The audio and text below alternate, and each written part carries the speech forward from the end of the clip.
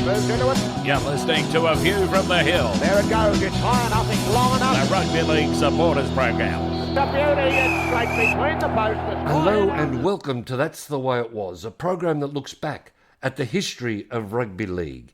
In episode 6, on September the 26th, 1983, the New South Wales Rugby League did not invite Newtown to participate in the 1984 premiership. Many thought it was the end for rugby league's first club. The club was cocooned for 7 years, but in 1991 an osmosis began. An osmosis that would transform the club and take it to dizzying new heights in 2019. To find out how this resurrection occurred, we're going to speak to Glen Dwyer, who's written a new book, Taking It to the Streets, the second life of the Newtown Rugby League Football Club. So, Glen, welcome to That's the Way It Was. Thank you very much, Rob.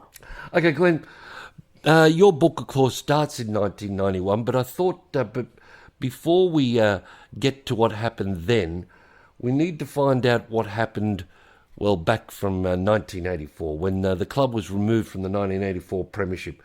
Would it be fair to say that, the club was in a bad financial state back in those days? Oh, there's no doubt about that, Rob. Yep. Just to clarify, just as part of your introduction. Yep. In the book, Taking It to the Streets, the Yes. second life of the Newtown Rugby League Football Club, I actually do cover briefly the period between Yes, I know, yeah. 1984 and 80, but it's just a lead into the Yes. their reintroduction to rugby league in 1991. Yeah. But getting to your question there as to Newtown's financial state, well, it was pretty dire. Yes. That was the primary reason why the New South Wales Rugby League suspended them from membership and from participating in the 1984 New South Wales Rugby League competitions. Yeah. Now, You've got to remember too, they were coming out of a very pronounced economic recession in about 1982, 83. Yes. The unemployment was around 10%, and there was high inflation. And John Singleton himself was in some financial difficulties, and it's one of the reasons why he wasn't able to dip into his own, personal fortune to save the Jets. The sum involved, if I may be wrong, to some extent as to the actual amount of money owing. Yeah. But I think they owed the New South Wales Rugby League something in the order of $500,000, which wouldn't be a top range NRL player's salary these days. No. It was all different then. There were other money. It wasn't so much about what other monies were owing, but the fact that the the Newtown Leagues Club, the licensed club that they had operated since the middle 1950s in Stanmore Road. It wasn't trading very well, and in fact, it was in a very bad state with a lot of internal thieving and whatever. Okay. So that's where Newtown's dilemma was, that they owed money and had nowhere to find the means to repay what they owed, and their sources of income were drying up rapidly. Right, so, of course, Western Suburbs were removed from the competition at the same time, but they took legal action against the New South Wales Rugby League, and eventually they were reinstated for the 84 season. So was that ever a consideration for Newtown? Did Newtown ever think about... It certainly would have been a consideration, Rob, but Newtown's economic position, financial position, was far worse than that of the Magpies. And I think it has to be said too that even though there were some good people involved in the Newtown fight back, and I'll talk about them some stage during this interview, I think West's had a few more entrepreneurial people, or a greater number of people who were able to look to other measures such as staging rock concerts and things like. If you ever I don't know if you plan to interview Rick Wade in this series, but Rick's a wonderful source of information. He's not critical at all of Newtown, but he does make the point.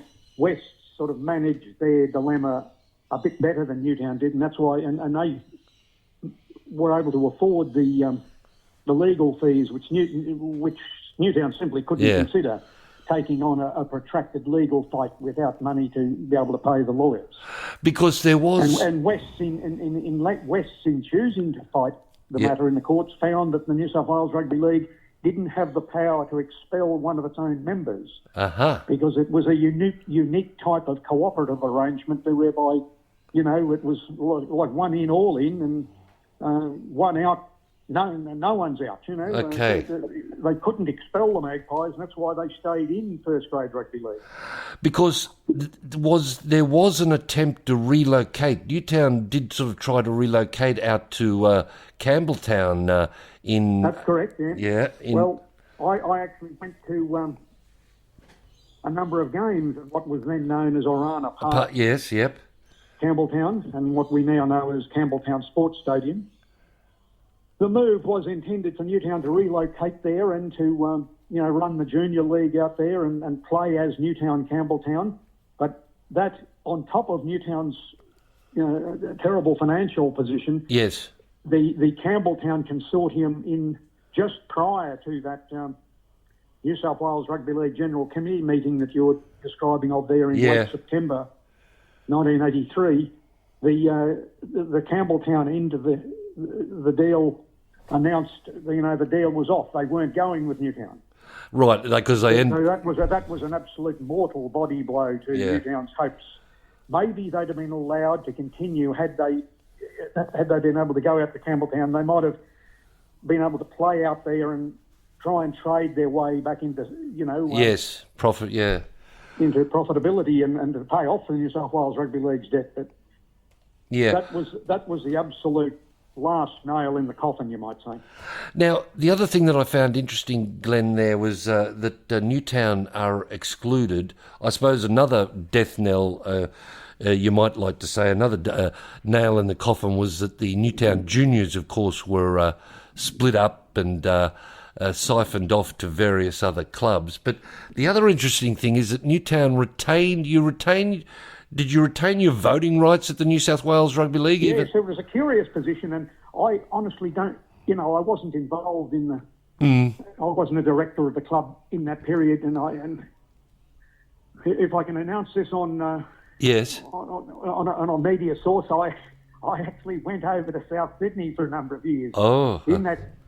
John Lynch always holds this against me. He said he abstained from watching rugby league in every shape or form, whereas I actually became a regular attendee at Redfern Oval, watching South Sydney until they moved to the new football stadium, and I started going there too. But I did come back to Newtown immediately. They came back into football in 1991.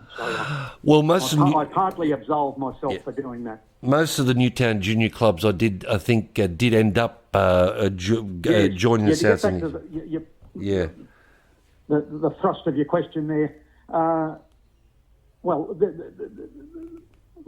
Those Newtown junior clubs that survived or continued to operate all went to the South Sydney Juniors, and you can imagine they probably found it easier going there because they'd have gone to a place where, thanks to the generosity of South Juniors, they'd have had all their gear paid for and ground rentals and some degree of insurance and so on, money that they'd have had to raise themselves previously. It was just given to them by South Juniors.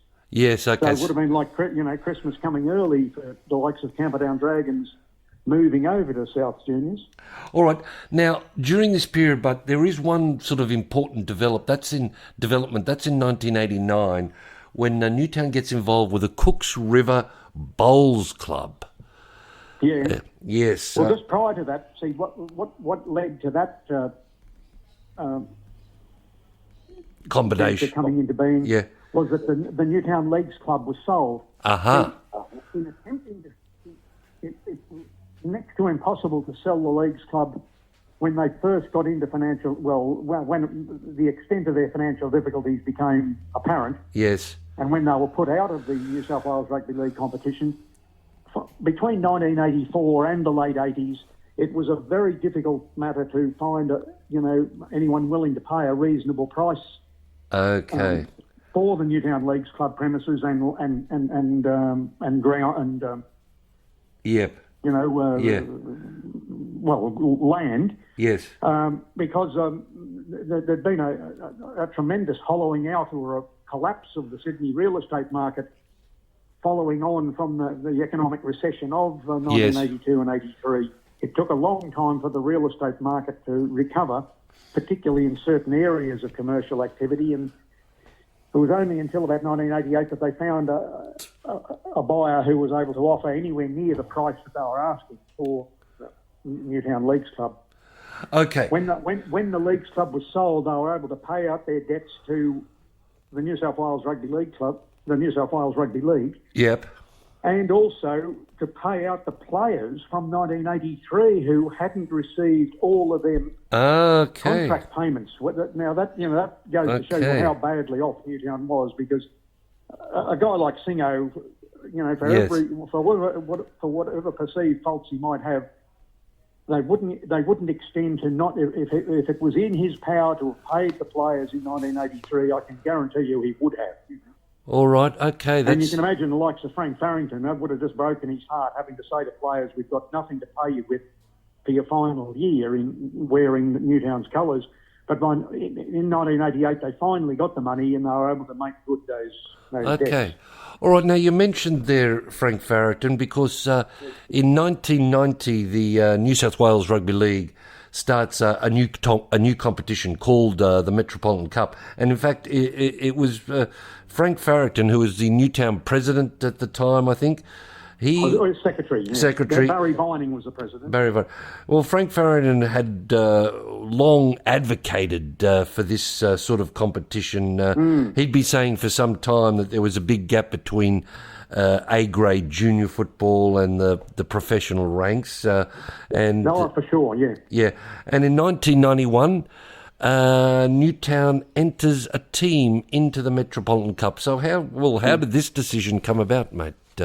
Entering if I can just backtrack very quickly, the reason Newtown formed a partnership with the Cooks River Bowling Club. All right, there was just to answer that question, there was the discussions had already begun in about 1989 about the formation of what was to be called the Metropolitan Cup, and it was made clear to any intending clubs coming into or who harboured any aspirations of joining that competition that they had to have the backing of a licensed club of some sort. It wouldn't necessarily have to be a leagues club, but to be in a commercial relationship with any form of viable licensed club that would be able to provide some financial assistance to that football club. Yeah, okay. Newtown actually wanted to join the Metropolitan Cup in its first season in 1990, but there were, I guess, what you'd call in the financial world,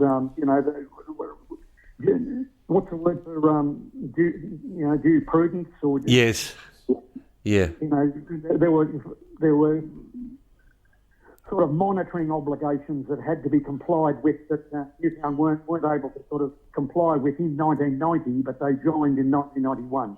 Right, in 1991. Okay, yes, you enter the competition in 1991. You finish sixth in 1991 out of the 8-team competition. But in 1992, Newtown wins the Metropolitan Cup when they defeat Wentworthville by 30 points to 18 in the grand final. And Glenn, this must have been, this was a great achievement for the club. Well, look, I know I was sending you some material yes. that you were going to use on the League Unlimited site, and going back through that 1992 material, it brings back a lot of memories, because I was at the grand final and I saw most of the home games in 1992, and I wasn't on, as I said, I didn't join the board until a bit later, but I didn't see many of the away games.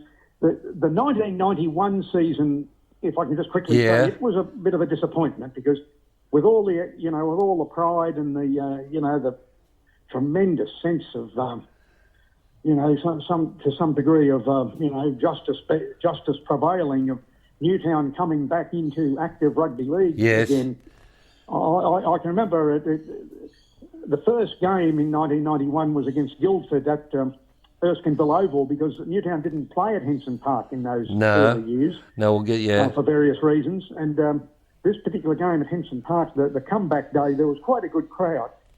But it was a bit of it was a very flat occasion for what it should have been. But anyway, I won't go on further about that. I talk about that a bit in the 1991 chapter of Taking It to the Streets.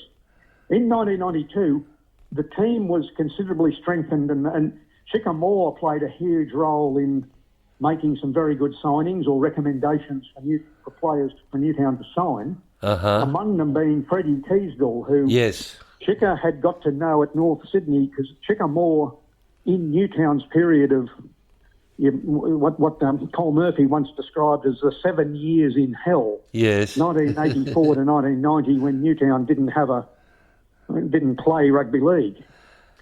In that period, Chicker Moore spent some time at North Sydney as the head trainer. And so, he got to know Mark Graham very well and a lot of the big name, people like Don McKinnon and so on. And among them was Freddie Teasdale, who was a very good player for North Sydney in the 1980s and had a magnificent tackling style. If you remember, he used to put on the most savage hits you could imagine. Well, Chicker thought he seemed to be the right type of fellow to come to Newtown and lead them back in. In fact, he'd been there in 1991 as well. But in 1992, he had better players around him, the likes of Shane Kelly, who you'd remember from St George. They signed Darryl Neville, which was an absolute masterstroke. Darryl Neville's been one of the most significant playing figures in Newtown's renaissance between 1991 and the present day, you might say. And the club recognised that in making him a life member in 2014. But Darryl had a great season in 1992. The other big signing they'd made, and how the devil Newtown managed to afford him, or to convince him to come to a relatively humble level of rugby league like the Metropolitan Cup, which was like a third tier of rugby league, was Barry Russell, who in 1988 had won the Rothmans medal. Right, yeah. But he'd started to have a run of injuries and Cronulla didn't keep him on. And I suppose he thought, well, we've got to play somewhere. And he came to Newtown for 1 year and had a wonderful season. Yes, well, I suppose because, as you mentioned there before, Newtown won in 1992, but you've got to look at the opposition there. You're up against some very wealthy, well-financed clubs there, the likes of Wentworthville and Ryde Eastwood, Guildford, as you mentioned, St Mary's had joined. St Mary's, yes. And then and now, Rob, we punch well above our weight in terms of who we're up against. In terms of their financial resources, to this day, like some of the teams in the modern-day Canterbury Cup. Yes. Some of the teams from the west, from the western suburbs of Sydney, the likes of Mounties, Wentworthville, or Penrith Panthers. You're talking of licensed clubs there that they're economic entities that are bigger than some members of the United Nations. Yes. They're gigantic places, earning hundreds of millions of dollars a year. And for Newtown to be finishing ahead of them on the competition table and winning competitions against them, it's a pretty fair achievement. Yeah. Well, but getting back to 1992, Wentworthville. They had a number of there'd been a number of former Parramatta players in their ranks, but they didn't have all that many really big names. But I think when Newtown were a bit fortunate, we'd won the major semi-final against Ryde Eastwood. Yes. And then in the preliminary final of the Metropolitan Cup first grade in 1992, Ryde Eastwood and Wentworthville had a battle royale where they drew something like 16 all or something. And then that was on the Saturday afternoon, and then on a replay on the Tuesday night, which was an absolute slugfest. I think Wentworthville I think they won something like 12-10 or something. Yeah. And both sides had a lot of injuries. So Wenty went into the grand final, 4 days later on the Saturday against Newtown. There were fellows with so much strapping on them, you'd think it was some sort of a convention of Egyptian mummies or something as they took the field. But Yes. once they took the field, they weren't too bad. They made a real game of it, I have to say, in that grand final. Yes, yeah. Newtown led 2018 with 9 minutes to go, but pulled away to win 30-18. Yeah. Now, what... Well, that was thanks to the guile of the likes of Freddie Teasdale and Yeah. Darryl Neville and Barry Russell, Shane Kelly. Now, what follows... It was those fellows who made the difference when the chips were really down. Yeah. Now, what follows is what many people might call a golden period in the club's history when they win the Metropolitan Cup for 3 years in a row, 95, Yeah. 96, 97. And, Glenn, I think we should acknowledge some of the people and some of the players It's an honour to. Just quickly, 1993 was a dud season. We won't talk about that one. There was I think following the 1992 premiership, a number of players moved on to greener pastures. And 1993 was pretty ordinary, although they made the Metropolitan Cup reserve grade grand final in 1993, coached by none other than a fellow named Colin Murphy. Okay. He was promoted to be the first grade coach in 1994. He took them to the minor premiership, and then they had a bad run of injuries in the finals and were beaten narrowly by Hills District, I think, in the preliminary final. Yes. So Murph just missed out on getting into a grand final and a possible premiership in his first year as Newtown coach. But in 1995, he upped the ante a bit, particularly with bringing on board as the strength and conditioning coach and, overseer of, Newtown's physical preparation, a fellow called Les Motto, who took Newtown from, he transformed the team from, just eager sort of lower tier players to a higher standard again. He brought them up to virtual first grade fitness levels. Okay. And they led the competition all the way. They were minor premiers and then surprisingly lost the major semi-final to Wentworth Hill, then won the preliminary final. I think it was against Ryde Eastwood or Guildford. Yep. But in the grand final in 1995 at Leichhardt Oval, they just absolutely, annihilated Wentworth Hill. I think it was 28-6 or something like that, 28-8. Okay. This... If I remember. But getting back to some of the key players, Yes. there were some very good signings made. The best of them was Paul Daines. Now, Paul is someone you'd probably remember in his time at St George. Yes. He also played for Cronulla, who within the eastern suburbs. Roosters. Yes, yep. He also had some very successful seasons with Swinton in the English Rugby League. And I think he took Swinton from the second division into the first division. He wasn't captain coach or anything, but he was captain of the team. And he was planning to go back to Swinton, and he came down to Newtown for a few training sessions. And for one reason or another, his return to England fell through, so he decided to stay on with Newtown. And he had 3 wonderful seasons as a player with Newtown. As Paul Daines. Other fellows who went very well in there. Yep. Were all through that the 3 premierships of 1995, 1996, 1997. There were fellows like Craig Shaw, who was a very, very good a very good fullback. A fellow called Tim Blyzack on one wing, who later went to Eastern Suburbs as well and played first grade. Another huge signing who had joined the club in 1992 and continued to play for Newtown, in most seasons up until 2002 was Peter Baumgart. Peter Baumgart, yes. He's just one of those fellows you get once in 1,000 years. He was a very well educated fellow. By the time he came to Newtown, he was already a civil engineering graduate. Yes. But he was an absolute human colossus. Big, strong fellow, sprint like a winger, had the strength of a front rower.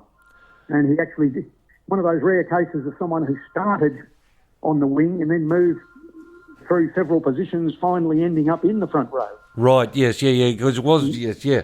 No, I remember Peter. Other fellows like Gavin Orr, the very well-known player manager now. He played for Newtown as a centre and as a lock and as a second rower. There was a hooker called Scott Fleming who came from Cronulla. He gave Newtown enormous service between 1994 and 2001. They were tough, hard little blokes. The the more injured he was, the more likely he was to play. Okay. I think if he was ever fully fit, he'd have to stay out of the game. Yes. He was wonderful attitude and tough as nails, and a skillful little player with it.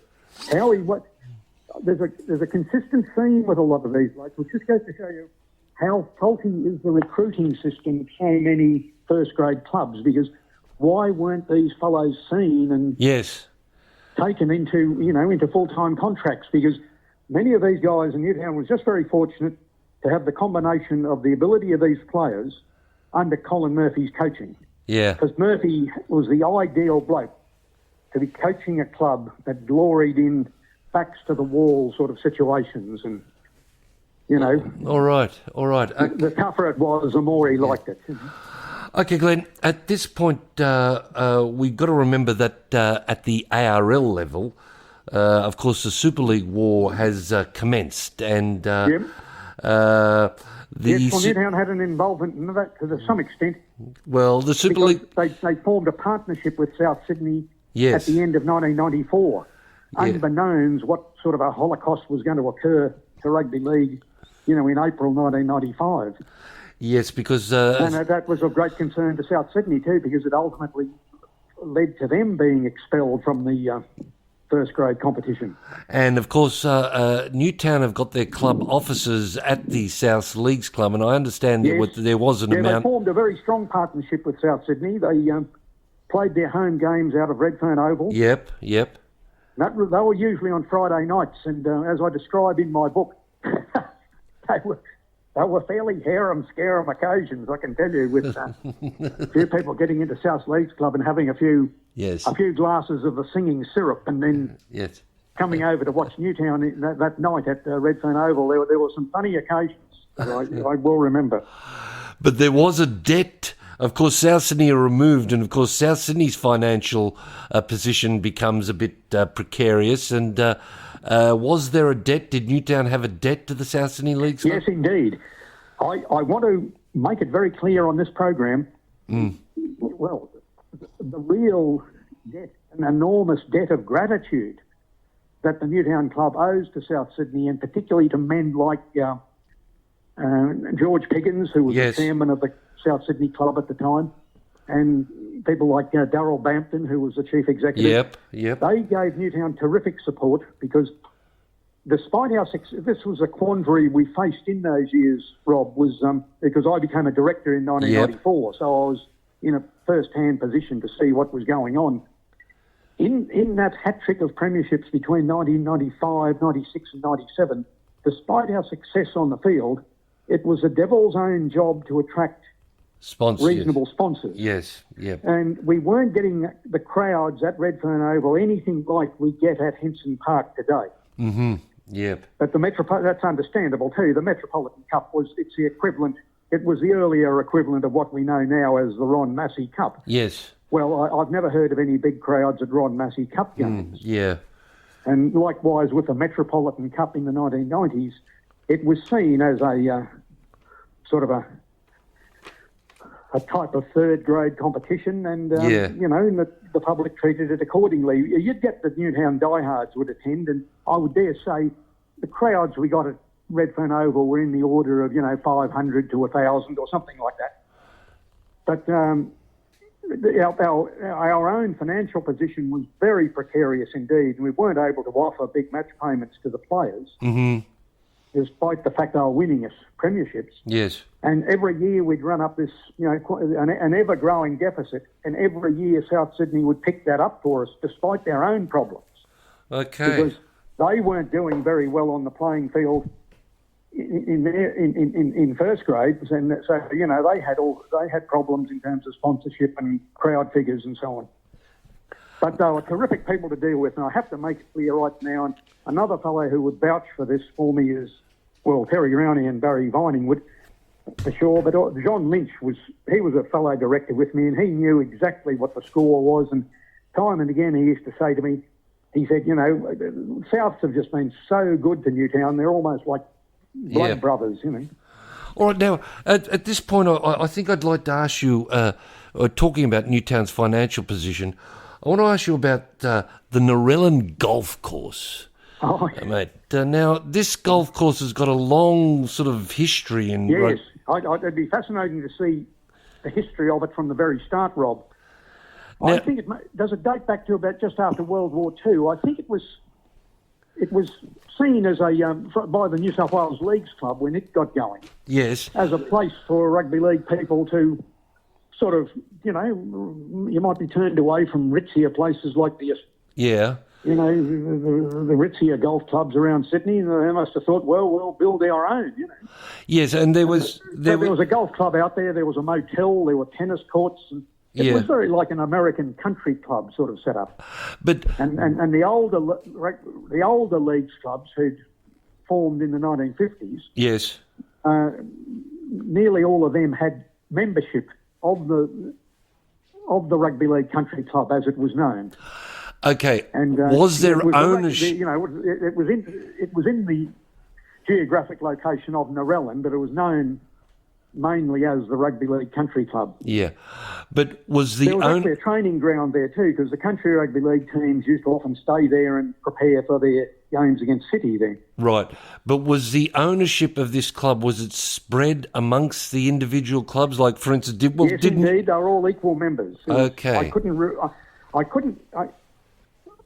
I was actually a Newtown delegate there for a number of years in the late 90s and in the early 2000s, and I can't just remember exactly which of the Sydney clubs weren't members of Narellan, but it was or of the Rugby League Country Club, but it was nearly all of the New South Wales Rugby League first grade clubs.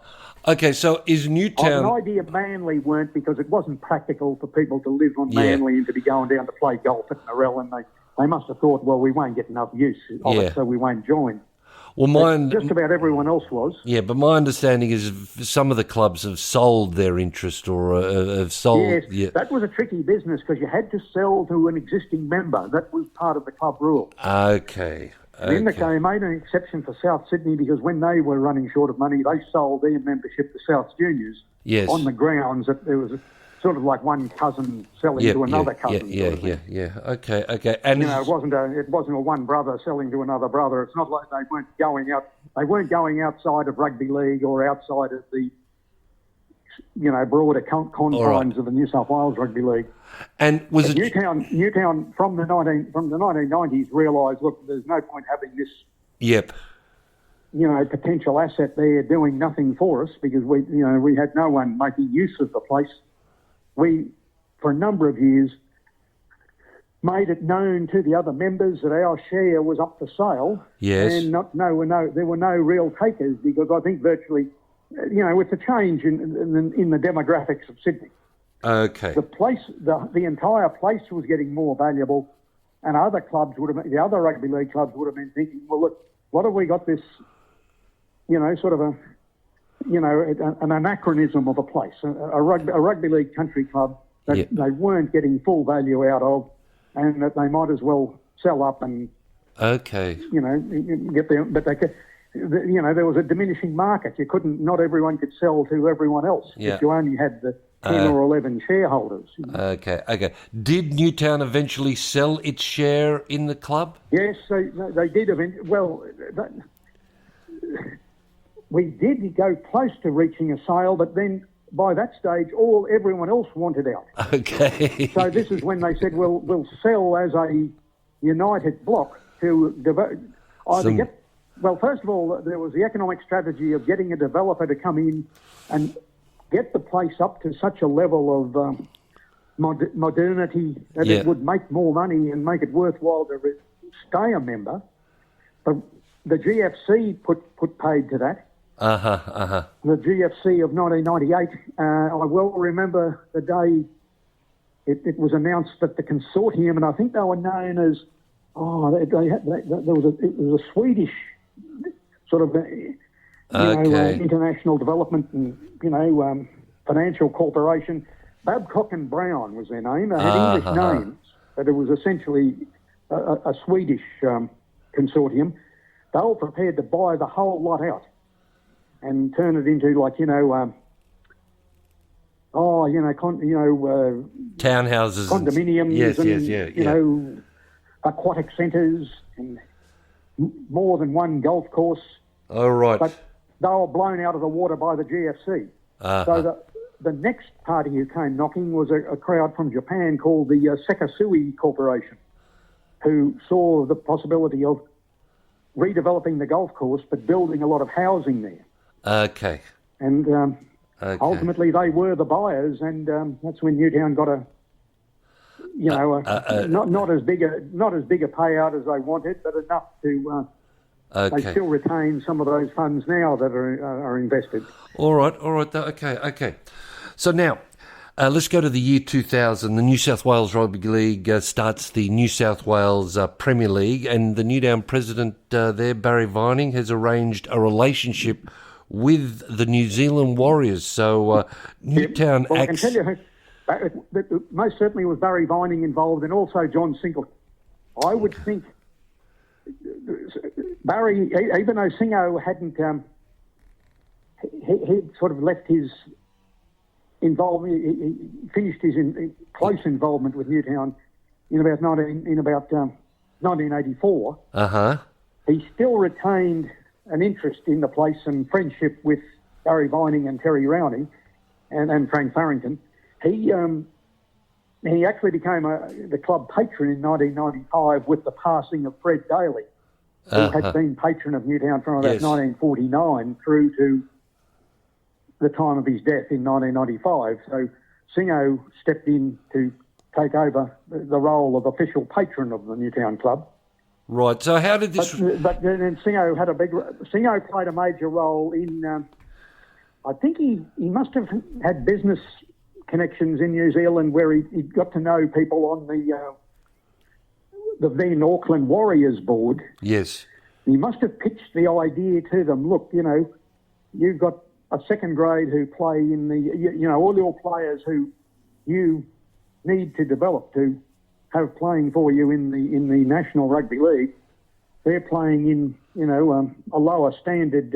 Yes, the New Zealand. Either the Auckland, the Fox Memorial Shield or competitions in Wellington and Christchurch and so on. He said, he must have pitched the idea to them, which they latched onto, and Mark Graham, as the coach of the Auckland Warriors, warmed to the idea of sending players to a club in Sydney to play in the New South Wales Cup. And the logistics of it were pretty horrendous to negotiate, but it really did work. Newtown nearly made the finals. They missed out on points for and against, narrow points for and against count back to kept them out of the finals that year. Yes, but they did. They made a real go of it and were a very competitive team. And there were some great characters who played for Newtown that year, who journeyed over from the Auckland Warriors each week. Oh, yes, there were. And a lot of those players... I could run through the whole list of names. I just don't have it right in front of me. No. The ones I best remember, there was a fellow called Cliff Beverley. There was Clinton Corpy. Yes. What was significant, a lot of these names, following on their time at Newtown, they either stayed at the Warriors or went to other clubs, and many of them had extensive careers in the NRL or in the UK Super League. Yes. And a number of them became New Zealand Rugby League internationals. Wairangi Korpu was another one. Mark Kuki. Yes, Mark Kuki. Yes. There was a winger called Odell Manuel. Yeah. No, well, there were 6 players that represented Newtown in 2000 who, played for the Warriors. The Warriors made in the 2002 grand final. Yes. I think they were a mixture of Kiwis and Australians. Yeah, there were. Odell Manuel may very well have been one. Mm-hmm. A centre called David Myers, who I think later played for North Queensland. Yep. There was certain Wairangi Korpu, Mark Tukey. Yes, Oh, there were Jerry Sayuseu. Yes, yeah. And there was another big forward too, whose name Arwen Guttenbeil. Yes. I think that's the 6 who played in the And I seem to 2002 grand final against the Roosters. I seem to remember there was one of the Goodwins was involved with Newtown at that stage as well. One of the Goodwin brothers. Yes, Luke Goodwin was the halfback for Newtown. Yeah, Luke. In fact, I've just taken the liberty as I'm standing here of opening up, taking it to the streets. Yes. And there was another big front rower. He didn't play in the grand final in 2002, but he did play for Newtown in 2000. A big chap called Terry Hermanson. Terry Hermanson, yes. And another fellow of some notoriety from Parramatta played for Newtown in 2000. Not a New Zealander, but who had played for Parramatta in that ill-fated preliminary final of 1998. And that was Paul Carriage. Yes, Paul Carriage, yes, well, he had, yes, But I have to say this, for Newtown in 2000, he was one of our best players. He was a top try scorer. All right, now... I think he scored 15 tries that season. Yeah. Now, the partnership with the New Zealand Warriors ends at the end of 2000 because I think that there's some financial... Well, remember, Rob, they were the Auckland Warriors. Auckland Warriors, sorry, yes, and that consortium collapsed. And so a new group of owners came in as the New Zealand Warriors, who they listened sympathetically to the idea of continuing the partnership with Newtown, but in the end they chose not to. All right, so... Which was a shame, but... okay, so what this... It probably was an arrangement that couldn't last forever, but what we achieved in 2000, and particularly, people like me who'd only, I sort of got involved with Newtown just as an enthusiastic supporter, and trying to keep the place alive was a primary concern. I wasn't a wealthy man in the way of Terry Rowney or Barry Vining, and the same goes for John Lynch. But for the likes of us, we took a tremendous pride in our time as administrators and officials with Newtown, keeping the place alive, and also learning from the experience of that 2000 season, because in a way Newtown sort of signalled to the New South Wales Rugby League that the way to go... Yeah, this can be done, for future reserve grade competitions is to have joint partnerships between teams in the NRL and teams who want to play at that high level of rugby league, just one level away from the first grade, the major national competition. All right, so... That would mainly apply to, and it fitted in very well in the Sydney model, because putting Newtown aside as a bit of an unusual case, you had the likes of North Sydney who wanted to get back into top-level rugby league. Yes, Once they'd left the ill-fated Northern Eagles partnership. Yeah. And you had the likes of Wentworthville, Mounties, and Marys. All these places were big leagues clubs that were growing and making millions of dollars, and potentially would be lost to rugby league if they didn't get have that sort of access, a top-level competition. Yeah. All right, so what happens is that, this leads to, I imagine this was a very difficult period between 2001 and 2004 because Newtown decides to stand alone in the New South Wales Premier League. There's one... I have to say, Rob, each year I thought would be our last. I remember the likes of Lynchy and I, we used to say, well, look, if that's the case, we're going to bloody well go down swinging. Yes, okay. And we this is where we hit upon the idea, and where the name of the book, Taking It to the Streets, is drawn from these very years where, I'm not blowing my own trumpet, but it's there for the historic record. John Lynch and I did a campaign of promoting Newtown home games by going to hotels and clubs throughout the inner western area, but primarily in places like Newtown and Enmore and so on. Yeah. And just putting flyers around telling people Newtown were playing out of Henson Park, and this was a competition they were in, and they were there for everyone to see. Well, this is one of the big... Over time, the crowds grew. It was a campaign that it was low technology in terms to the developing world of information technology, but it worked. Well, this is one of the big decisions that you make during this period, because in 2001 you decide to return to Henson Park. Well, I'd like to add at this point too, Rob, and I'll get to your question. The other person, his length of involvement of Newtown goes back to from 1980 to the present day. Yeah. But Terry Rowney, as a self-made millionaire, he virtually financed the club single-handedly Yes. between 2001 and 2004, because those are the years we weren't partnered with anyone. We lived by our wits, and the crowd started to grow slightly at Henson Park, but they were still very small. We had a very small sponsorship base, and Terry virtually ran the club out of his... I had another daytime job, but I used to go there of a night time or spare afternoons and that. We ran the club out of his business. He had a printing business in Leichhardt. Yeah. A place called Labelcraft, and that was All right. that was the Newtown headquarters for some years, and that's where the club was run from, and that's where the cheques were signed. And the decision to go... He kept and the New South Wales League knew what was going on. They said, "While you keep meeting your debts, you're in the comp."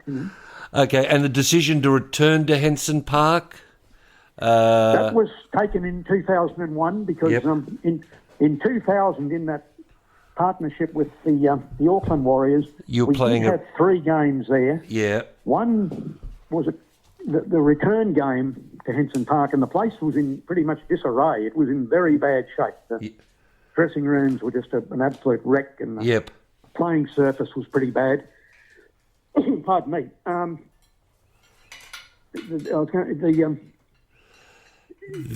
We had 3 games there in 2000. Yep. In 2001, we moved back full time in terms of playing every home game out of Henson Park. And the council was on... We've been back there ever since. The council was on board. The council came I think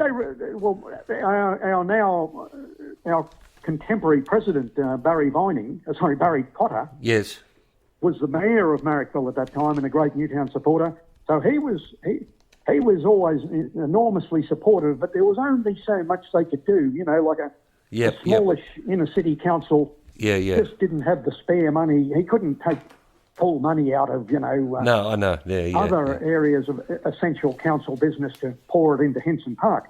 But he was as helpful as he could be, and most of the councillors were great allies of ours because Newtown was the only significant sporting team in the area. In the inner west, yes, yeah. And a great old name that they all wanted to be associated with. But what Barry Cotter played a big role as there too was steering us towards potential sponsors and so on. Right, okay. Well, also on that financial front as well, because there's been a royalty case. There was a royalty case against the New South Wales Rugby League, which comes to a head in 2001. Again, I was on the board. I wasn't intimately involved in the machinations of the case. I did go to a couple of, just sat in the public gallery and observed proceedings on a couple of occasions. It didn't go well for Newtown. It seemed to be, I guess it's a good lesson, Rob, that in the area of the law, you can... Yes. All the logic's on your side, and you can have all the arguments seem to favour you, but the final decision mightn't.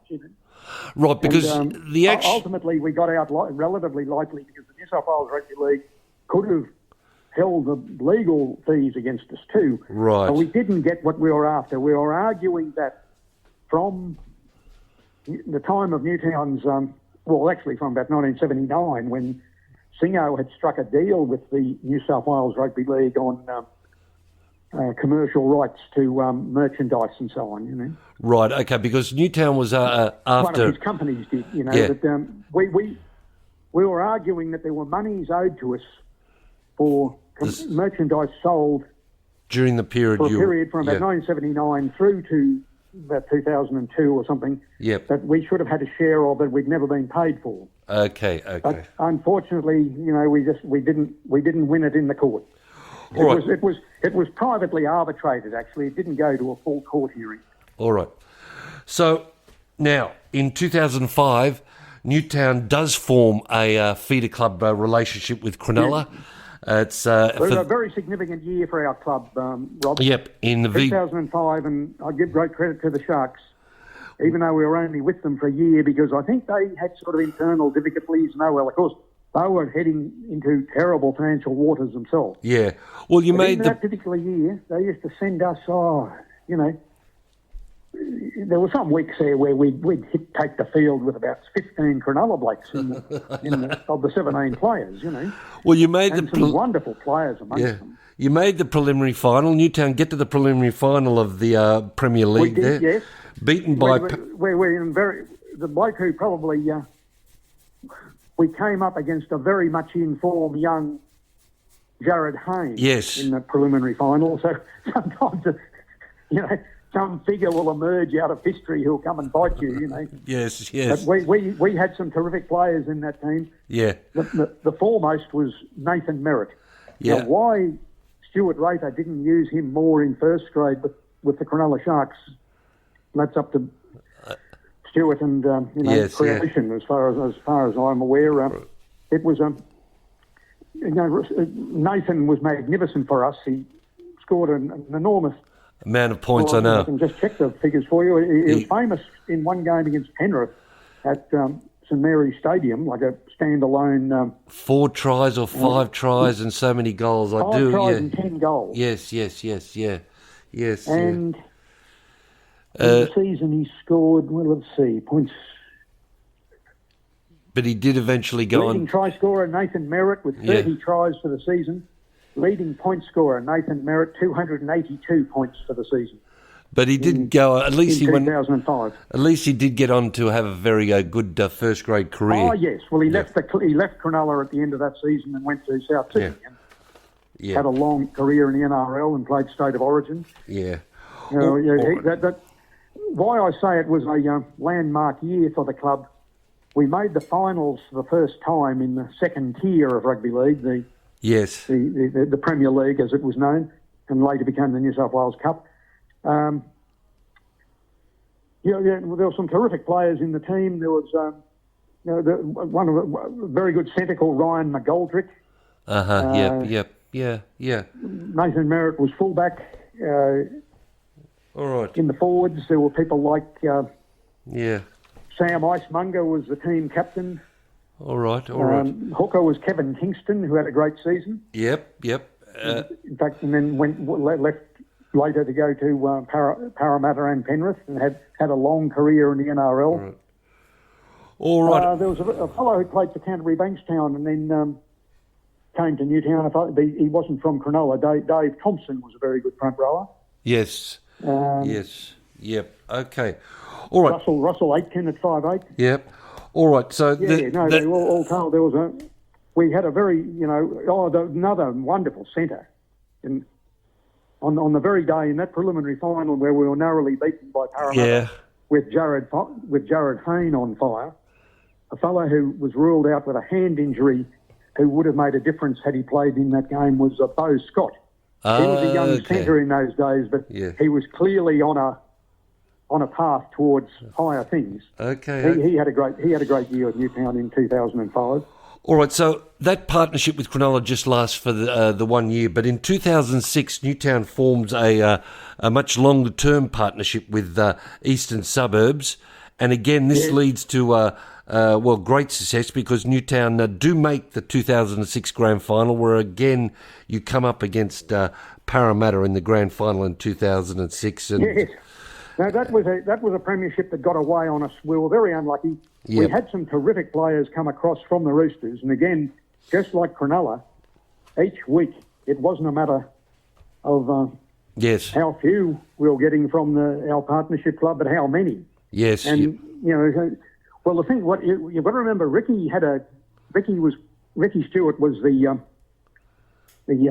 first grade coach at the Sydney Roosters, and even though it was his final season, he still had a terrific relationship with Nick Politis and the board, and he seemed to have an open slather as to how many full-time players he could sign. He had in total, and I know for a fact, I remember seeing the entire list, he had 38 full-time guys in the Roosters NRL squad. Well, when you could think of that, in any given week, they'd have to have a lot of injuries and suspensions. Yes, yeah. To still not be supplying with Newtown with a lot of players. So some weeks we'd have anything up to 15 or 16 Roosters in the team. Yes, well, I mean... And then players of the class of Jamie Soward, Mitch Orbison. These were only young lads then, but they were on their way towards first grade careers. Mickey Payer, Mickey Payer, I think, was in there. Mickey Payer, Lalea Payer, his brother in the centres, who was probably would have had a much longer career in the NRL, but for a bad knee injury. The captain there was Glenn Hall. Sean Kenny Dowell was a youngster. Yeah, Glenn Hall. A fullback called Aidan Kirk, who later went to the transferred to the New Zealand Warriors. Glenn Hall, I think, was the front row and captain. Glenn Hall in the front row. Hooker was Heath Lestrange. Yes, yeah. We had from all the way through, quality players, many of whom who had long careers in the NRL or in Super League. I think Mickey Payer is still going around with Hull to this day. Yeah. You mentioned there Aidan Kirk, and of course he left that field very early in that game, and I do think that disrupted... in the grand final, that had a big impact. Yeah, You're dead right, Rob. Yeah. In fact, he was instrumental in he may very well have scored the opening try. Yes. Or else he was instrumental in it, but he was gone from the field after...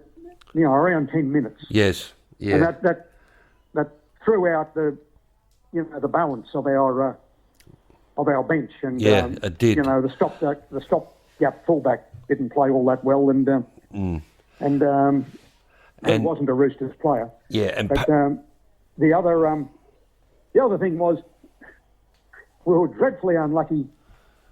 One fellow who would have been available for us in the finals. Well, there would have been two who would have added enormous quality to our team for the finals. Lalea Payer was playing terrifically. Yes. And in the second last home and away game, he broke his jaw badly. Uh-huh. So that ruled him out of the finals. Another fellow only needed one more game to qualify for the finals for Newtown, and the plan was in the last competition game to get him to step on the field and step off. But Ricky, for some reason or other, said, no, I want him to be on the bench for the NRL. Right, okay. This was John Doyle, Queensland State of Origin representative. Yes, okay. And one of the classiest dummy halves I've ever seen in my life. He was absolutely terrific. He was like Quicksilver.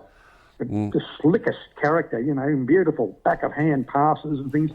If he'd have been in the finals, it would have changed the equation, without doubt. Newtown, we were beaten narrowly in Golden Point. Extra time, by Parramatta in 2006, and 20-19 was the final score. It was to happen to us again later on, 2 years later. But yes, well, let's just go fast forward now to 2008, because 2008. Well, 2008's a very prominent year. Well, not only do you make the grand final again, but you get a new coach. Paul Young goes off to Eastern Suburbs, and Greg. Paul Young had coached us in 2006 and 7. Yeah, and Greg Maddison becomes the first Greg Maddison, who had been coaching our Jim Beam Cup team when we were in that competition, but we left that after 2006.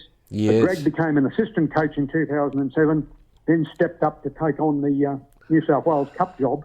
Tell us a bit about Greg Maddison. I always felt he'd handle it okay. I didn't think he was up in the same class as some of the other coaches around in that grade, but he's shown me over time. His record is just second to none.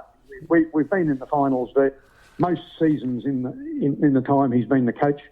But just getting back to 2008, that was also our centenary year as a club. Yes. Yep.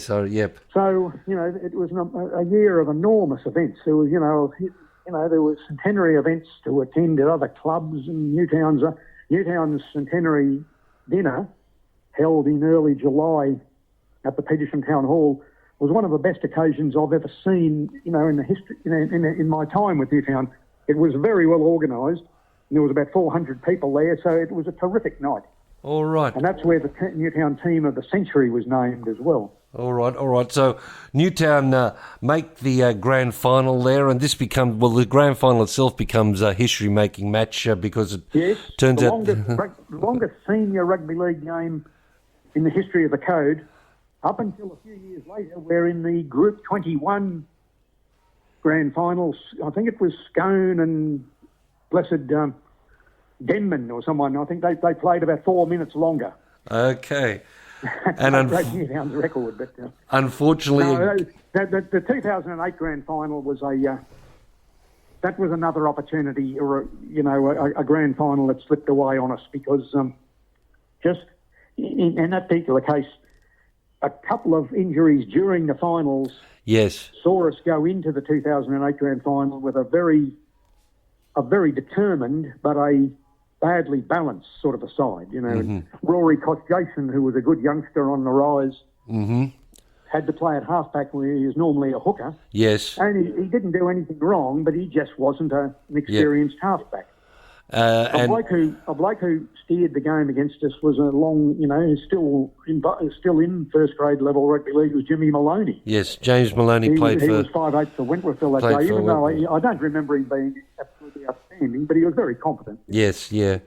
And another player that makes his debut for Newtown in 2008 was a fellow called Ray Majali, who went on to be a stalwart. Yeah, Ray had a long career with us and with a couple of other clubs as well. But yeah, well, Ray is a terrific example of the class of fellow you can get who doesn't quite crack it in the NRL, but still a very, very loyal and highly competent reserve grade player. And there's been a history of those in rugby league going back to the earlier days of the New South Wales Rugby League. You'd have fellows who'd spend a lot of their career in reserve grade, but still be very good players. Yes, no. Straight we away. Had several like that.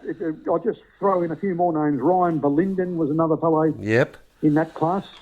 Kurt Kara. Andrew Pern. Yeah, Kurt Kara. Kurt Kara, yes. Probably the best of them all. Yes. Wonderful player and great attitude.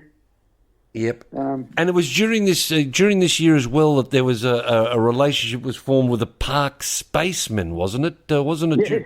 That was even earlier, back as early as 2005. We actually played a game. Played, the Group 11 representative team at Pioneer Oval Parks as a curtain raiser to Parramatta and the Roosters in 2005. We by at that early stage we were already involved with the Parks Leagues Club and had a working relationship with the Park spacemen. All right, okay. Now, I'd like to fast forward to 2012, Glenn. Newtown have a bit of an up and down season, really, in 2012, but the season culminates in round 25 at Henson Park against the Illawarra Steelers. Just very quickly, in 2010 and 11, we finished higher up the table in those years than we did in 2012. In fact, in 2010, we were 1 point off the minor premiership. Yes. And we went out backwards in the finals. Yes. We sort of left our best form in the home and away games and came in the finals like bustards, you know. But that happened again in 2011 to some extent. But 2012, we had some terrific Roosters guys who qualified for us for the finals. And I remember Greg Maddison said, you watch us in these finals. He said, it's going to be tough, but he said, we've got this team can win it. And I said, right, okay. I'm happy to watch and applaud. When you get to that particular game, as you're saying there, the Illawarra, the game round 20, Illawarra at Henson Park. It was Newtown's reunion day game. Yes. It was the second last round of the competition, I remember, because we had the bye in the final round. Yes, yep. We needed to win to make the finals because we were in about seventh place on the table. Yes. And I think Illawarra seemed to have the game in hand midway through the second half. They did, yep. I think they led about 24-12 or something like that. Great fight back to get within a point with 2 minutes of play remaining. I think the score was 25-24. It must have been 24-23 or something. No, it was 25-20. Yeah. 25-20 with... It ended, I'll put it this way, it ended with Newtown getting a penalty in the last minute of play. Yes, that's right. It was the siren sounded as the fellow concerned... Jack Littlejohn. Jack Littlejohn, who's now captain coach of Mudgee up in Group 11, in Group 10, in Country Rugby League. Jack Littlejohn stepped up to take this long-range penalty goal from, it was about 35 metres out, but out near the sideline, which is a pretty fair kick. in rugby league or rugby union. He wasn't really a regular kicker either. Daniel Mortimer used to take. Yes. Daniel wasn't playing that day, I don't think. No. But anyway, Jack stepped up to take the kick, and at that moment he knew he was kicking for Newtown's season. We had to win to remain in the hunt for the finals. Although what happened in the results in the final round when we had the bye, there were results then that would have enabled, had we lost to Illawarra, as it subsequently turned out, we would have finished 8th. But no one knew that at the time. No. Yes. In the second last round, it was very clear he's kicking for Newtown's survival for the season. He never looked like missing. Sailed through the uprights, still climbing as it went past the top of the uprights. And of course, a magnificent kick, and the crowd just went absolutely mental. Yes. There was about 3,000 people there, being reunion day. And of course, that propelled Newtown through the final series. Yeah, we met Illawarra again in the qualifying finals. I'm just trying to remember I won't bore people with the what version of the finals formula was in place at the time in 2012. And it was a game we needed to win. We were playing Illawarra at Cogra, and again they led into the early part of the second half, and then I think we put on 4 tries, and even though they scored again near full time, we ended up winning by about 4 or 6 points. So 36. We got past Illawarra in that game. Yeah, 36. The next game at Leichhardt Oval was the semi-final against North. Our old friends from North Sydney, fellow foundation club from 1908. This was a phenomenal game, and one in which Norths looked to be home and hosed. They led 24-6 midway through the second half. And they were playing well too. Yeah. And then one fellow who in very recent times had a tragic injury over playing for Hull Kingston Rovers, Mossy Masoi. Yes, Mossy Masoi was in that Mossy Newtown playing team, for us that day was like a man possessed. Yes. And he and Daniel Mortimer was also in top form. Mossy, another fellow who had a huge game that day, he and Mossy in the front row just absolutely tore into Norths in the second, like in the fourth quarter of the game, in the final 20 minutes. Final 20 minutes, They were pouring up the middle, like men, as if their lives depended on it. The other front rower I'm referring to was a fellow called Josh Alamai. Yes, he went up to Burleigh Bears later on. Yes, yeah. Anyway, Mossy scored 2 tries, and he charged down a field goal attempt that he regathered the ball, and that ended in a long-distance try to Newtown. And finally, the last try of the game was an absolute perler to Daniel Mortimer.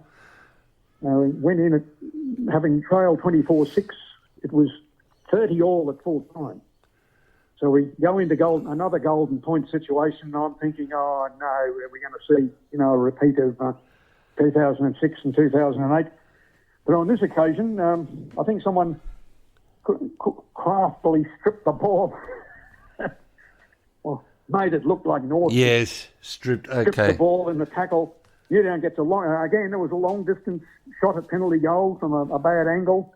But Daniel Mortimer lined it up and banged it through, and Newtown through to the preliminary final with a 32-30 win. And that takes you on, of course, to the grand final against Balmain. Yeah, well, we played very well in the preliminary final and beat Canterbury something like 34-6, even though they were the minor premiers and the defending premiers. They were coming off about 3 premierships in 4 years. Yes, Canterbury were dominant at that stage. I remember Johnny Lynch cautioning me as we left the grandstand together. He said, I hope to God we haven't played our grand final today, because it was a faultless performance. Yes. That preliminary final. But the grand final was a 34-6 win over the minor premiers. You're running hot, The grand final was a very up and down game. It was the balance for. To be honest, it was Newtown's least impressive performance of the whole final series. I wouldn't say it was they played badly, because we won, but there were a lot of errors by both teams. Mm-hmm. And it was a showdown between 2 old clubs, between Newtown and Balmain, although Balmain were in a partnership with Wright Eastwood. Yes. And that was reflected in the name they used as a team, but they were in black and gold colours playing Newtown, so as far as I was concerned, it was Newtown versus Balmain. Yes. A very close game and enormous tension all the way through. Yeah, it was very Newtown tense. led Yes. early. Balmain pulled back near half time, took the lead in the second half. Yep. Newtown pulled off a great try with 8 minutes to play. They put themselves in the front. I think A great dummy half try by a very good little hooker called Nafe Salawini, who'd come from the Warriors to Penrith and then from Penrith to the Roosters, and then on loan to the Jets.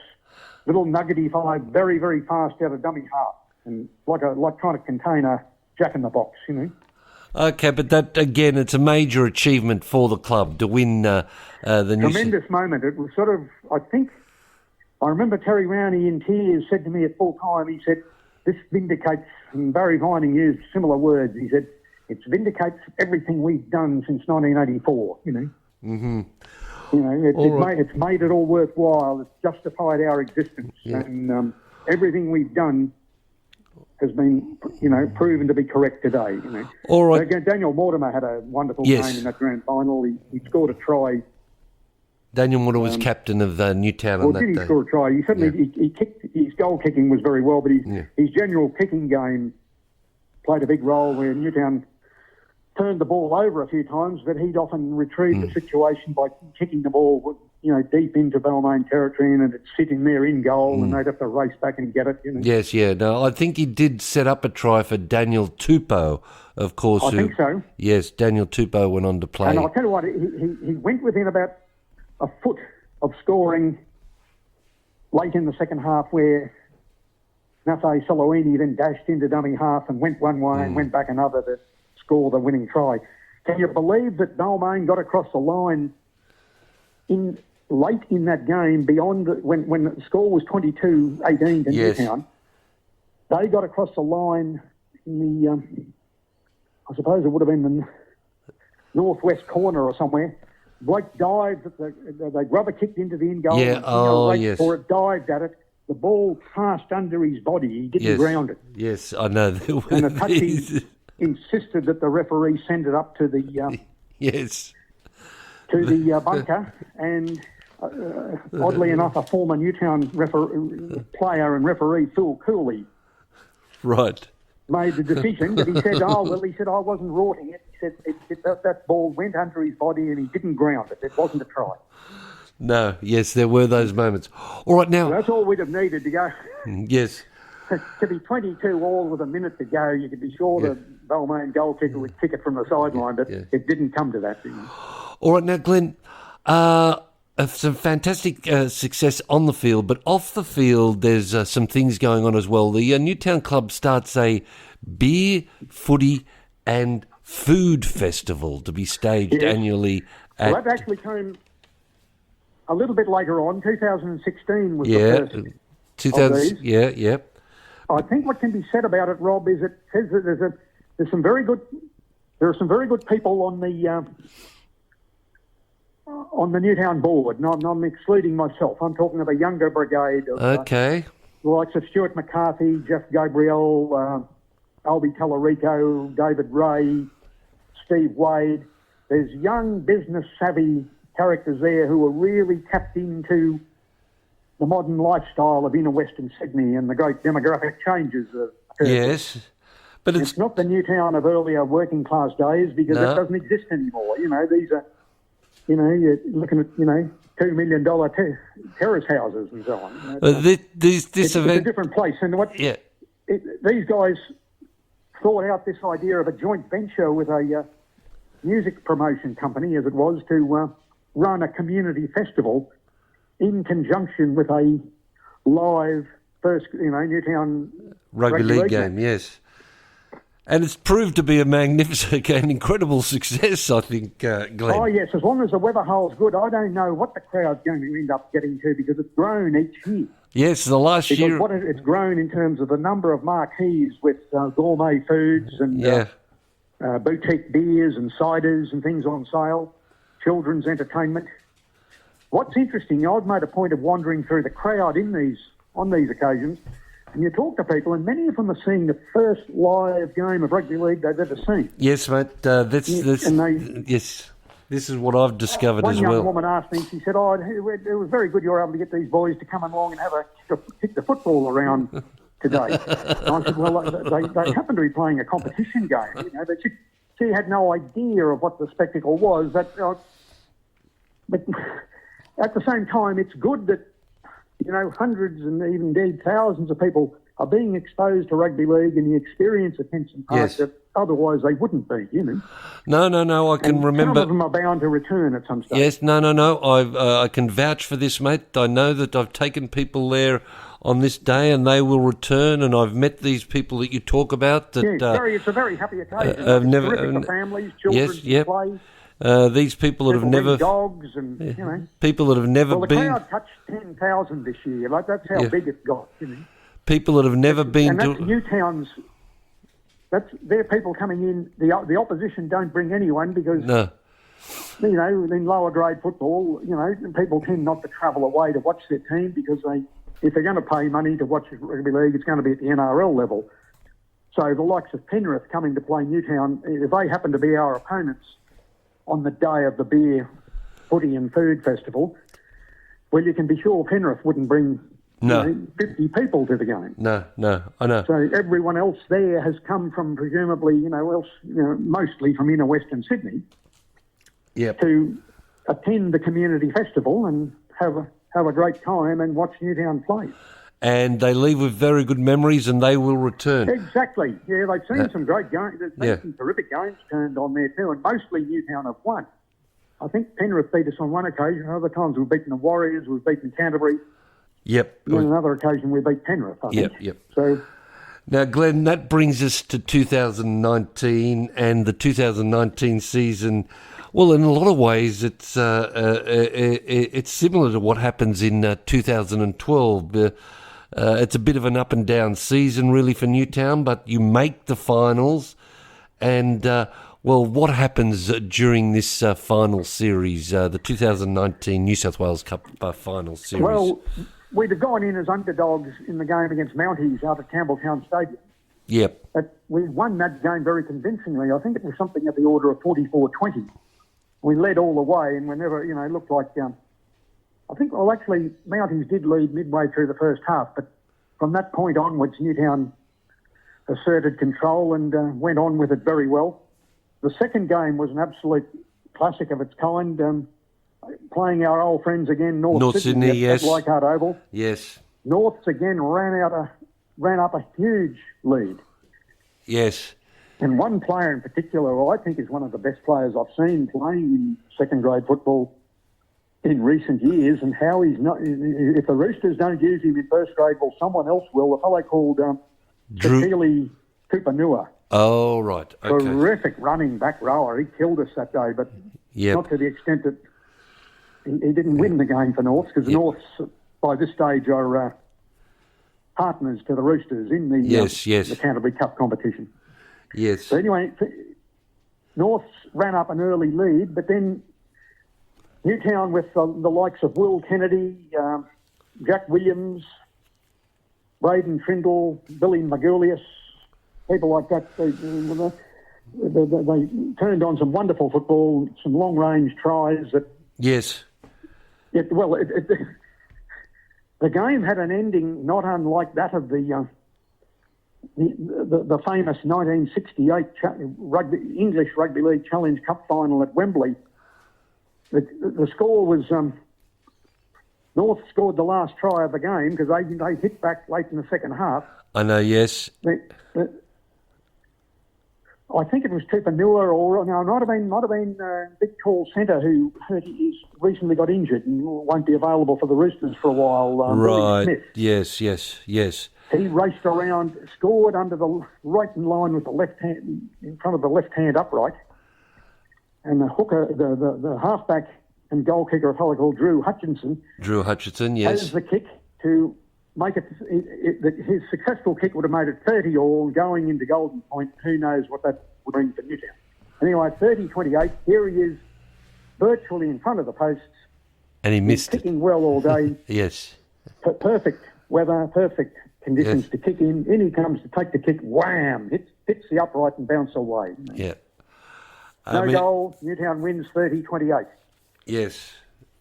And So, then there was... not quite the same as Don Fox, missing from in front in the wet Yep. for Wakefield Trinity in 1968. But it's the same outcome, effectively. Yeah. Anyway, that ended Norths, and Newtown marched on into the preliminary final against St George. a club who's had an enormous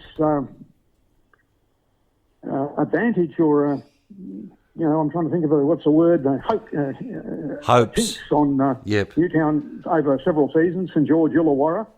But in 2019, that wasn't really the case, because we beat them home and away, and then won the preliminary final, hanging on to a narrow lead in typical Newtown style in the last few minutes. But we'd run up a good lead in the second half, only for the Dragons to come home. Yes, they did. Yep.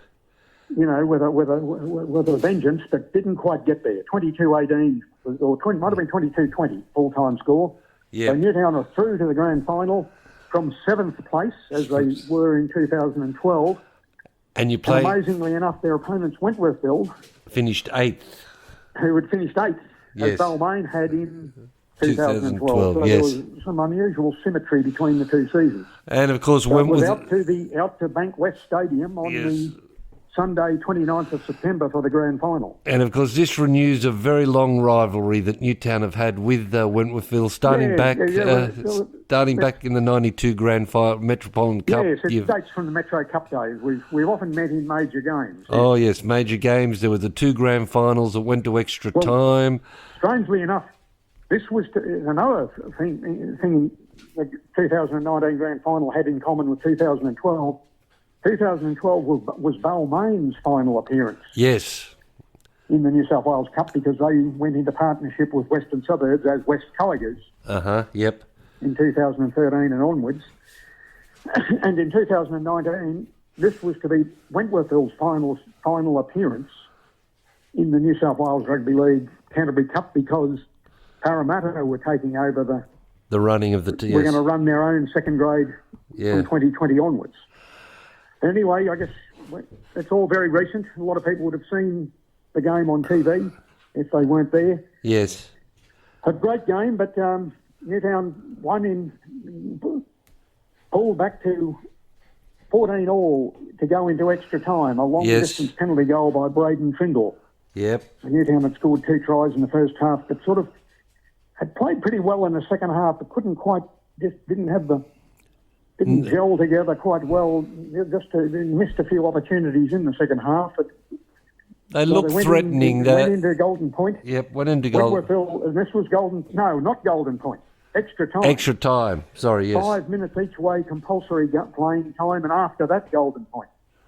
Because amazingly enough, when he kicked a penalty, a field goal 2 minutes into the first 5-minute session, and Kim Manor said to me after full time, after everyone had calmed down a bit, he said, when we kicked that field goal, he said, I looked around at my teammates, and he said, they're remarkably calm fellows, no one's leaping around. And he said, we won. He thought it was Golden Point. But the other Wenty blokes know, hey, they still had a few minutes to play. Yes. So they were leading 15-14, but with 3 minutes to play in the second session of extra time, the second 5-minute segment. Yep. Billy Magoulias struck again with he laid on a good kick for Scott Sorensen to score from in the first half. Yeah. Then he did a beautiful chip kick towards the wing in the second half that Tyrone Phillips took at full speed, got the ball back into Will Kennedy supporting quickly, who raced away from the despairing Wenty defenders. What had happened was Magoulias had noticed the Wenty defenders had drifted in, trying to, shut the Newtown. Shut down, yes. Newtown's renowned wide sweeping plays with the ball. They were going to cut it off halfway. The winger had drifted in a bit, and there was the opportunity. No. Well, Newtown always looked the more threatening team throughout the match, I thought. But they just, as you said, Newtown was more likely to. Again, my old friend Johnny Lynch said, we always looked like we'd score a long-distance try. He said, Wenty, it takes half a game to run the length of the field. He said they had that many veterans in the team. And, of course, He said they were tough buggers, and he said he said what they succeeded in doing was getting us into the wrestle and, sort of shutting down our attacking potential. All right, until that 80, what minute would it have been? Full time, 80 minutes, 85? 89 minutes. 87, 88 minutes. Yes. And Will Kennedy out in the clear is a sight to behold. Yeah. A beautiful running player like David Peachy. There was no human power on earth that was going to run him down. Okay. He raced around in under the post and was converted, and we won 20-15. Yeah. Okay, so this is Newtown's second New South Wales Cup premiership, but of course by this stage the New South Wales Rugby League or the Australian Rugby League has introduced an interstate championship. This has been running since 2004. This was a whole new ball game for us. We had to curtail our celebrations, which the boys did. They had a bit of a night. They certainly had a bit of a night on that Sunday night after beating Wenty, but it was under the strictest rules. Back to work on Monday. Yes. And they prepared well for the following, even though there was a few injuries came out of that grand final, so we had to restructure our team a bit for the game against Burleigh Bears, and not knowing much about them other than what we got together plenty of video material. Mm-hmm. And, even though they didn't have many guys with NRL experience, so they were an older team than Newtown, and we knew they'd, funnily enough, after the game, in the following week, I got hold of on YouTube a QRL documentary. They'd sent a film team down to follow Burleigh Bears on their trip to Sydney in the final. Uh-huh. So in their captain's run, I heard their coach talking to the team, and he says, "Newtown are chock full of NRL full-time professionals. We're not expected to win, but we're here playing for Queensland." Right. Okay. They used that that promotional theme, which worked for them. They made a game of it. Oh no, but no. There was a certain similarity to the Wenty game. They did look a bit slower than us, Yes. No. They were certainly never going. They had no Sione Katoa on one wing. No. Fellas like that. No, but you'll remember how the game went, though, Rob. Yes. They scored all the early tries. And Newtown gradually... I think they led 10-2, was it, at half-time? They converted another converted try in the second half, 16-2, and that was with 27 minutes to play. But from about that point onwards, they started to run up and down in the one spot. I think they put... And we started to... Our backline speed started to click in against them, and first, Sione Katoa scored a try. Yes. That was the one where he leapt about 7 foot in the air to score in the corner. Then there was a runaway try from a charge down kick scored by Jackson Ferris, who was to have a key role later in the game. Yep. Then another try to Sione Katoa with 4 minutes to play. Yes. That made it 16-14. Mm-hmm.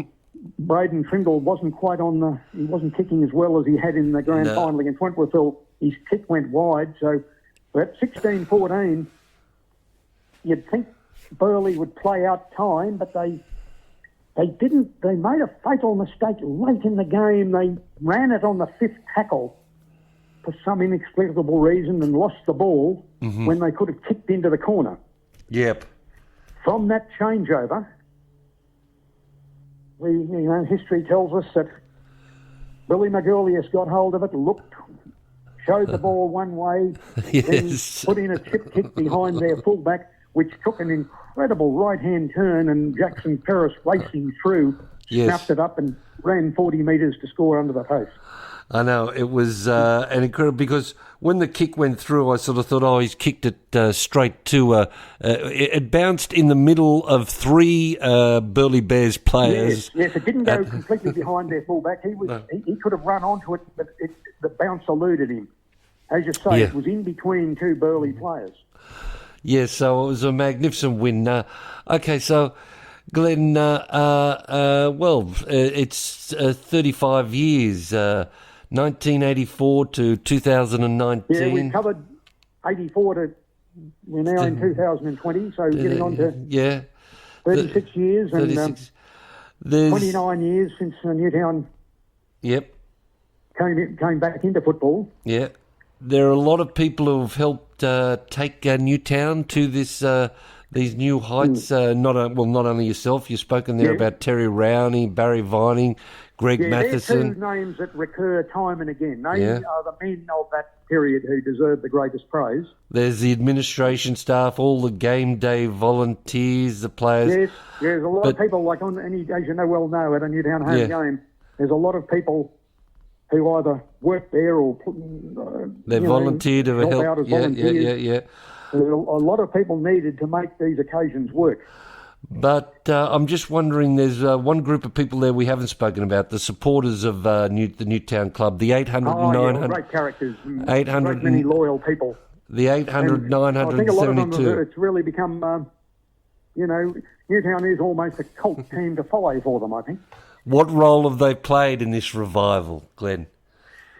Well, I think their presence at home and away games is inspiring to our players, because the boys from the other clubs who are used to, whenever they've played, they might have played Canterbury Cup or one of the earlier competitions with another club where they play in front of 100 people or 50 people or something. They'll turn up at Henson Park and there's 2,000 people there. They'll say, this is a bit of a different place, Yes. What's going on here, and they buy into that because I think they see the fans love it. I remember Anthony Albanese said, the Newtown Jets fans love the players and the players love the fans. It's a two-way street, and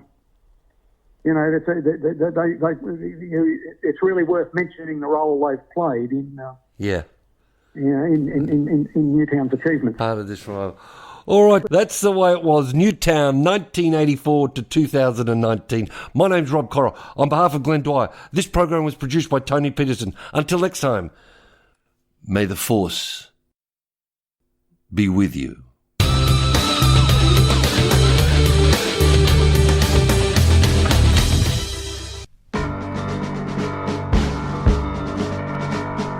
Newtown is coming, hear the blue bags humming. Newtown, Newtown, Newtown is flying, there'll be no denying.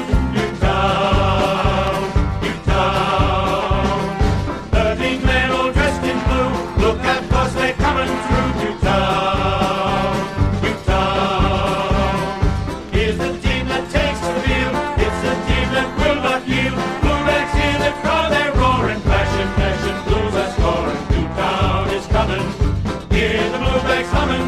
Newtown, Newtown, Newtown is flying, there'll be no denying.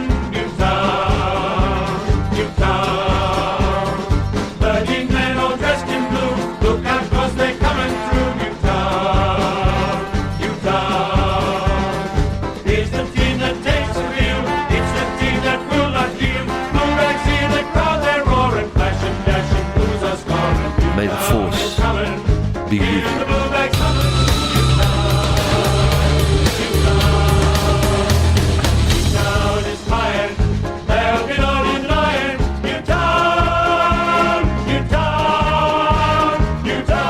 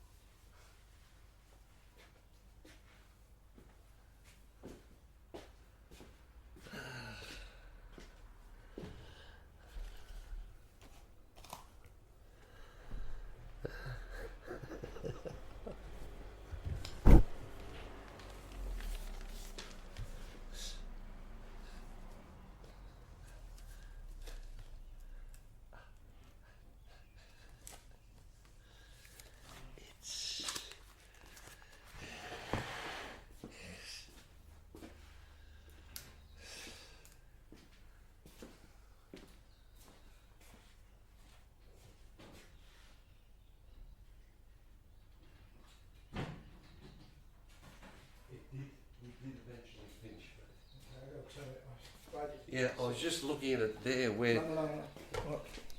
I was just looking at it there. Okay. But where's the dog? Alison on the